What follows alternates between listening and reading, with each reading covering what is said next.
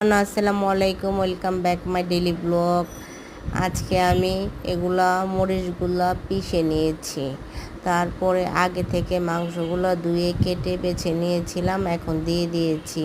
এগুলা ভাজা ভাজা করার পরে আমি আলু কুচি করে রেখেছিলাম আগ থেকে, ওই আলু কুচিটা আমি এটার সাথে মিশিয়ে দিয়েছি, দিয়ে নাড়াচাড়া করতেছি। তারপর আমি এটার উপরে কিছু পাতা দিয়ে দিয়েছি, আগে থেকে ধুয়ে রাখা পাতাগুলা। এভাবে রান্না করলে খুব টেস্টি হয় এবং মজাদার খাবার হয় একটা, যেটা যে বোঝেন সেভাবেই বলা হলো।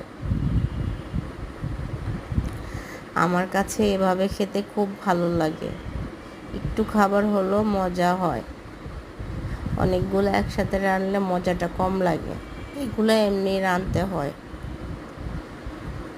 যেভাবে যেভাবে করতেছি, যদি ভালো লাগে অবশ্যই বাসায় ট্রাই করে দেখবেন একবার কেমন হয়েছে। আর আমার ভিডিও যদি ভালো লেগে থাকে অবশ্যই একটা লাইক দিবেন। আল্লাহ হাফেজ।